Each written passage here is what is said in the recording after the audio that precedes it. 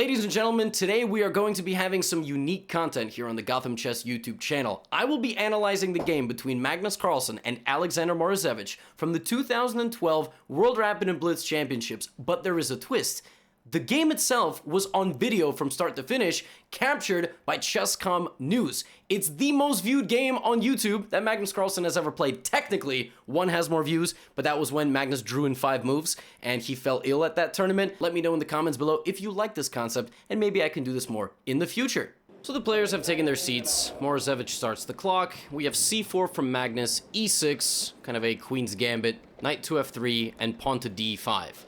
G3 from Magnus Carlsen, so he's not playing the move d4. This is sort of in English, it's could be a Neo-Catalan, and Morozevich calls the bluff. dc4, bishop to g2, Magnus keeps developing. Morozevich says, listen man, I've got this pawn and I intend to keep it. I play the move c6, and I want to go b5, Magnus castles, and we have the move b5 on the board. Moro has no intentions to give up these pawns. And Magnus will try to undermine them with moves like a4 and b3. Right on cue, we have a4, and Morozevich plays bishop to b7, counteracting the bishop on the diagonal and anticipating some sort of trade on this side of the board. Magnus now goes for a think. Do I want to open? Do I not? Instead, we have b3, and now Moro says, I'll take that. Even if your queen comes out and pawn to b4, Magnus develops the bishop to b2, and we have a pause in the action. Morozevich has nearly a 20-second lead on time. He plays the move knight to f6. He's successfully held on to the pawn. Now Magnus mobilizes and he says, all right, that bishop on b7 looks very passive. I have a very powerful knight exerting pressure on the f7 square. I'm down a pawn and the tension here for now has been killed, but you don't have enough development. Moro says, I don't need development, Magnus, except they're not actually saying anything to each other. He says, look, I don't really care that you've got all this pressure on my position. In reality, you have nothing. So Magnus plays the move d3. And Morozevich says, all right, now it's time to castle. This is so scary, Magnus. I don't care about knight to d2. I'm going to castle. And Magnus keeps bringing pieces to the party, stockpiling pressure on the c6 pawn. But is that really so dangerous? Morozevich evaluates the position. I've got 1, 2, and 3. Knight to d5. Interposing defense. Magnus plays e4. But the problem with e4 is that when the knight just retreats back, this is a target. And even though Magnus plays f4, this is him trying to say, all right, let's go, let's go, let's go. Let's try to push here. Moro's like, hey, man, I'm still up a pawn, and it's protected, and it's passed. Passed pawn being a pawn that has nothing. No pawn stopping its way to the end. So he says, all I got to do is survive this attack. Is this attack really so stressful? Knight d7. You know what they say about attacks? I don't know what they say about attacks, but you're supposed to trade off your opponent's most aggressive pieces. This knight has overstayed its welcome in the center of the board. And we have knight 8 to d7. Magnus is thinking, do I take? I don't need to take. I've got good reinforcement here. I did just play f4. Should I show my opponent that I really mean business and play the move f5? My clock is ticking. I'm down 20 seconds. What's going to happen? If he takes, then I take back. Or maybe he takes and then I take. I just go completely all in. f5 is on the board. Knight to c5, hitting the queen. Rook c5, sacrifice. Bishop c5. Comes with check and king to h1. Oh my goodness. Magnus Carlsen got counterattacked on the queen side and had to sacrifice his rook with a check, moving out of the way. Now what? Now what? I mean, if you don't take, you know, Magnus is going to barrel through the position with f takes e6. Morozevich's time advantage has vanished. He takes on f5. Big decision by Magnus. Does he take with the e-pawn, blocking his rook? Or does he take with the rook, opening the rook? If he takes with the pawn, the bishop is open on c6. But probably for a human, it is far more likely to play the move rook f5, because then you stockpile pressure on the f7 square. And Magnus plays rook takes f5 on the board. Queen to e7, pressuring the knight, guarding the bishop and guarding the pawn. Knight jumps back to g4. The bishop has been activated, pressuring the g7 pawn. There is no rook g5 because the queen covers that. But with the knight out of the way, there's also looming threats of the knight coming to h6. This queen is incredibly strong. All right, knight to g4. Time for Morozevich to coordinate his pieces. If he doesn't, we are going to see a demolition with the move knight to f6 incoming, pawn takes, bishop takes, and some sort of rook to g5. Morozevich is thinking, do I push up? Well, I can't push this pawn. If I push this pawn, it's mate in 1. If I push this pawn, that doesn't do anything. So what do I do? I mean, I can't move any of my pawns. Think of threatening moves. Backwards bishop move to c8. Calling the bluff and hitting the rook and the knight behind it. I think Magnus might have missed this move, but I haven't asked him, and this was about 9 years ago. So now we see 1.5 minutes per player.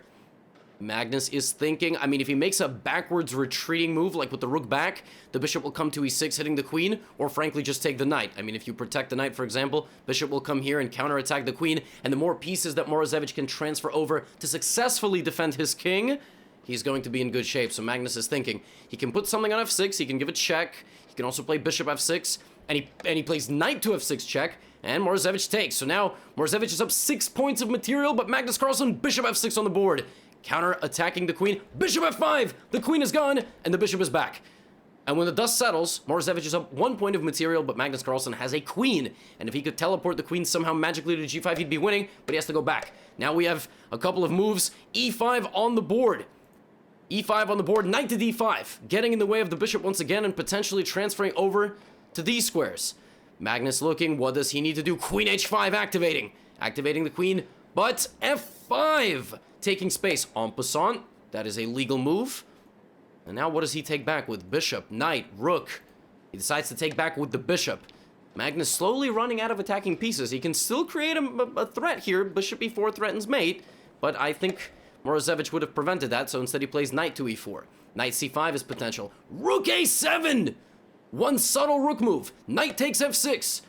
Now what does he take with? He's looking around. He's looking around. Does he take with the knight? He's currently in check. Knight takes or rook takes. He takes back with the knight, counterattacking the queen. Magnus at 45 seconds. Queen rotates over to c5, putting some pressure on the pawns, as well as the rook. What do you do? Do you play passively? If you play passively, maybe you lose the pawn.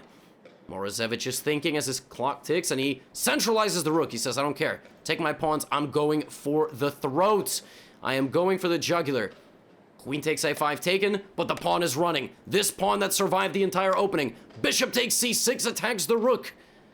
Morozevich is like, do I even need the rook? Should I just go take that pawn? All right, I've got 57 seconds. He might be Magnus, but he's not the world champion yet. It's 2013. He might be one of the top in the world, but it's 2012 right now. He became world champion 2013. All right, what do I do? Do I take this pawn and just go for the counterattack? Queens can be very tricky. I'm thinking about it. My alternative is just to play b2 and try to make a queen, and that would be very nice. When pawns make it to the end of the board, they become queens. There you go. If you didn't know that already, now you do. As we wait for Morozevich, rook takes d3 on the board. Magnus looking around. All these pieces are very, very well kind of guarded. Even if they're unprotected, they're very difficult to target. If you target them, I immediately go for the king. So Magnus plays queen to b4. Rook to c8, counter-attacking the bishop. Makes a lot of sense. Magnus is thinking. He's thinking, what is he going to do? Magnus, 20 seconds on the clock. 20 seconds, 19 seconds, 18, 17. Oh my, he's got to make a move. He plays queen to b5. Now that attacks the rook. That does attack the rook. Morozevich now under 20 seconds. What does he do with his rook on d3? He goes back to d6, hitting the bishop. Now we have bishop back to f3 by Magnus Carlsen. How is Morozevich going to coordinate his pieces here? King to f7, solid move. We have g4, Magnus going for it, and rook c2, cutting off the king laterally. g5, counterattacking the knight. Bishop d5. Oh, what a move. Oh, what a move. We have bishop takes d5. Knight takes d5, but wait a second. Is this pawn falling? Is this pawn falling? Morozevich has blundered. He has given away his pawn. The rook is hit. He has to go all the way back, and now it's maybe Magnus who's making forward progress. King to g2. King to g6. Both kings are now out of trouble. h4. Oh my gosh, this looks dangerous. Morozevich shuffles the rook and plays rook to c3 as the time ticks lower. Queen to b1, back is check. King to g7. Queen to b7, check. Rook back to c7. Queen back to b2, check. King to f7. What has Morozevich done to his position? That queen and the two pawns are very powerful. King to f3. Knight back to e7, covering up. Both players' clocks hovering around 10 seconds. Queen to b3, check. King to f8. King moves out to g4. Magnus is coming. Rook's doubling up. Oh my goodness, Morozevich is going off the deep end, but Magnus has 5 seconds, and he's moving in with his king. Rook to d4. Wait a second. The cage has been closed. The cage has been closed. The queen is infiltrated. King to f7. We have queen back, check. We have king to g7. Queen to e6, but there's no threat. Knight to g6. You can give a check, but the king just backs up. Are we repeating moves? Are we repeating moves here? Queen to f6 check. Okay, we repeat one time, and now the rook blocks. Uh-oh. The only checks now available are on the back rank. And rook to h4 is just mate. that is just made, so we have queen to c8 check. Rook blocks, queen check. The king slides over to the corner, and there's nothing. And Magnus Carlsen resigns. So let's slow it down now for a moment and actually go over the game in its entirety. Magnus Carlsen, as I said, began the game with an English, and one where you never actually play the move d4. Now, black has a lot of options. Black can play knight to f6 and bishop to e7 and just sort of play in the classical queen's gambit declined, awaiting at some point whether or not white will play d4, and then if white does play d4, that is now a transposition to the Catalan, and white will be playing a Catalan, black will be playing the main line of the Catalan. But Morozevich is a creative, witty, and original player, and he really just breaks all the rules of chess, and for the first 5 moves just moves pawns. E6, d5, taking the pawn c6 and b5, and he basically says, look, like, I'm gonna hang on to my pawn, and you can play all these moves, undermining my queenside, but the way that black kind of avoids white's pressure here is by taking and pushing, and this is an issue. This is a very, very big decision here that black takes, saying I'm sacrificing all of my development, but it's not going to be so simple for you to get rid of my pawn. You say, well, why did Magnus do that? Why would Magnus play b3? Well, that is very fair. Having said that, it is a 3-minute blitz game with 2-second bonus time. Magnus could have, for example, here played a move like knight to e5, just immediately putting this pressure, and there's a very high chance that black would have had to play a6. Because now if you go b4, I take this pawn, and now you have all the drawbacks of your position, and you're not up a pawn.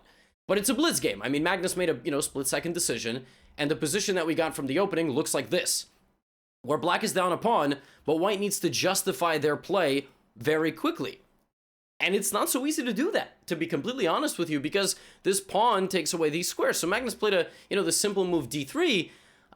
If he had gone d4 with the same idea to develop his knight, black would have still went here, and the biggest difference would have been that the pawn would have been on a slightly more advanced square, therefore not allowing this pawn in some positions to move to c5, and maybe you could have just played, like, for example, rook to c1, just very, very slowly played this position. But Magnus Carlsen in the game played d3, knight d2, and rook c1, and, Morozevich, sorry, I apologize, d3, bishop e7, knight d2, and rook c1, and Morozevich, was like, well, it's time to start taking the next phase of the game with the move knight to d5. It's a very provocative move, because you kind of plop the knight into the middle, and you can literally just get hit, and it looks like white can start this avalanche of pawns, right? It's usually bad to give up tempi moves, and it looks like Magnus Carlsen has all the makings of a really annoying position, because, for example, let's just say here you play something like queen c8, and the idea of queen c8 is that you want to play c5, trading the bishop and moving the queen over here.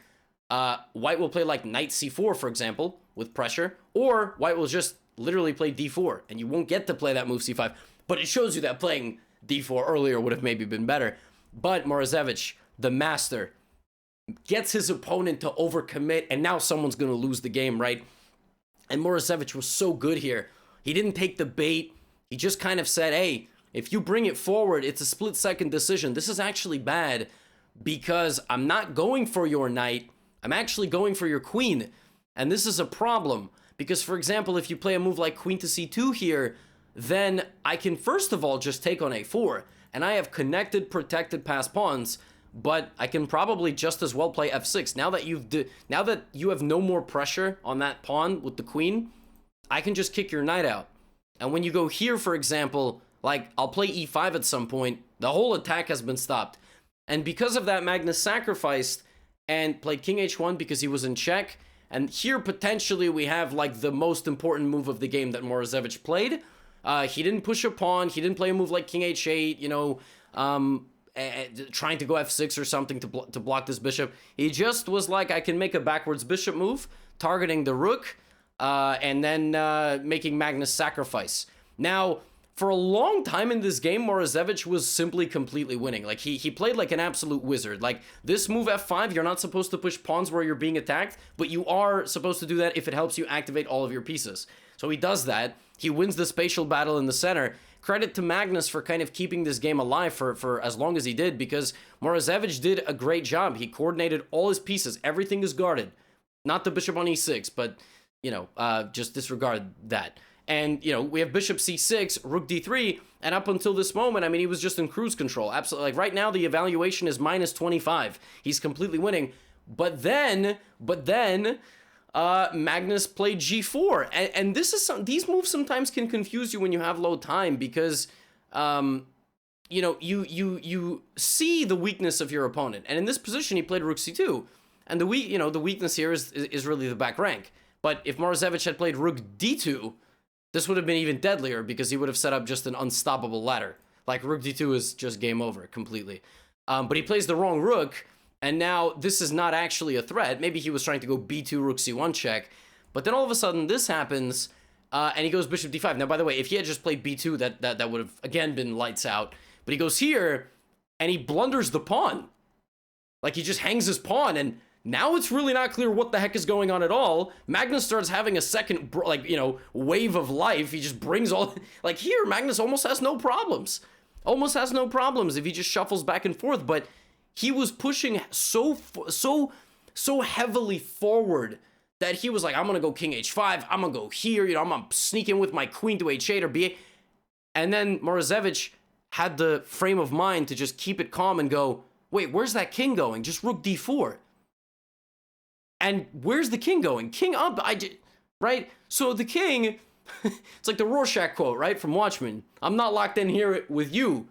You're locked in here with me. And once the king on h5, it realizes what's going on, Morozevich very quickly coordinated his pieces, and it's an unstoppable mating net. All he had to do was avoid getting a perpetual check, and he did, and king goes to the corner, and the game is just lost because rook h4. So, very exciting game, very creative play from Morozevich in the opening, and it led to a super wild game. And it's just interesting that of all the Magnus Carlsen games on YouTube, that this one happens to be the most viewed with, like, I don't know, 25-30 million views. So credit once again, obviously, to Chess.com News, which originally was known as Chess Vibes, as we saw from the top left, for the footage. And yeah, let me know if you want me to do this again in the future. I've never done one of these kind of live action game replays. But as always, if there's a concept or a game that you'd like me to cover, please do let me know in the comments below. And I will see you in the next video.